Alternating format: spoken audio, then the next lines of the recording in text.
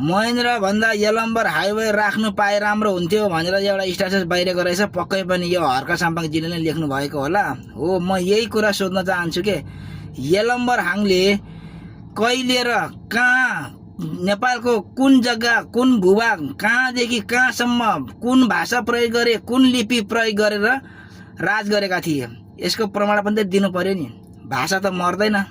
अब यलम्बर हाम्रो राजा हो भनेर हिँड्छौ, यलम्बर हाम्रो पुर्खा हो भनेर हुन्छौ। त्यो यलम्बर पुर्खाले बोल्ने भाषा कुन थियो? खै त्यो भाषाको एउटा निचोड गरेर तिमीहरूले प्रमाण दिन सकेका छौ? अब राई जातिहरू यलम्बर हाम्रो राजा हो भनेर भन्छ। राई जातिभित्र पाछै पछि आफ्नो पाछा पछि भाषा छ।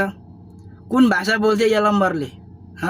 यदि तिमीहरूको यलम्बर तिमीहरूको राजा थियो भने पक्कै पनि भाषा, ऐन, कानुन, संविधान, लिपि त पक्कै थियो होला। खै त्यो भाषा प्रयोग गरेको त्यो सक्छ देखाउनु? कुन भाषा बोल्थ्यो यलम्बरले बोल्ने भाषा यही हो, यही भाषा, यही लिपि, यही ऐन कानुन संविधान संशोधन गरेर नेपालमा राज्य चलाएको थियो भनेर त्यसको प्रमाण देखाऊ त, बल्ल हामी पत्याउँछौ। तिमीहरू आफै पनि सोच त, तिमीहरू राई भन्छौ, राई भित्र तिमीहरूको पाछै पछि भाषा छ। बान्तावाको आफ्नै भाषा छ, साम्पाङको आफ्नै भाषा छ, सबै राईहरूको आफ्नो भाषा छ। अनि यलम्बर कसरी तिमीहरूको पुर्खा भयो? भाषा त मर्दैन नि। जस्तै हाम्रो सावायाहाङ, सावायाथाङ हाम्रो भाषा लिपि अहिले पनि छ, अहिले पनि बोलेर आइरहेका छौँ। त्यही भाषा हो सावायाहाङले बोल्ने। अनि तिमीहरूको यलम्बरले बोल्ने भाषा चाहिँ खै? पृथ्वीनारायण शाहले त नेपाललाई एकीकृत गरेर गोर्खा र लिम्बुवान संयुक्त दुई देश मिलेर नेपाल बनेको। त्यही भएर महेन्द्र राजमार्ग किन हटाउने?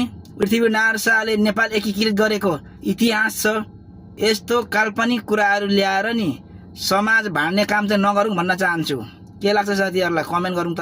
महेन्द्र भन्दा यलम्बर हाइवे राख्नु पाए राम्रो हुन्थ्यो भनेर एउटा स्ट्याटस बाहिर रहेछ। पक्कै पनि यो हर्क साम्पाङजीले नै लेख्नु भएको होला। हो, म यही कुरा सोध्न चाहन्छु के यलम्बर हाङले कहिले र कहाँ नेपालको कुन जग्गा कुन भूभाग कहाँदेखि कहाँसम्म कुन भाषा प्रयोग गरे कुन लिपि प्रयोग गरेर राज गरेका थिए यसको प्रमाण पनि त दिनु पर्यो नि। भाषा त मर्दैन। अब यलम्बर हाम्रो राजा हो भनेर हिँड्छौ, यलम्बर हाम्रो पुर्खा हो भनेर हुन्छौ। त्यो यलम्बर पुर्खाले बोल्ने भाषा कुन थियो? खै त्यो भाषाको एउटा निचोड गरेर तिमीहरूले प्रमाण दिन सकेका छौ? अब राई जातिहरू यलम्बर हाम्रो राजा हो भनेर भन्छ। राई जातिभित्र पाछै पछि आफ्नो पाछा पछि भाषा छ। कुन भाषा बोल्थ्यो यलम्बरले? यदि तिमीहरूको यलम्बर तिमीहरूको राजा थियो भने पक्कै पनि भाषा, ऐन, कानुन, संविधान, लिपि त पक्कै थियो होला। खै त्यो भाषा प्रयोग गरेको त्यो सक्छ देखाउनु? कुन भाषा बोल्थ्यो यलम्बरले बोल्ने भाषा यही हो, यही भाषा, यही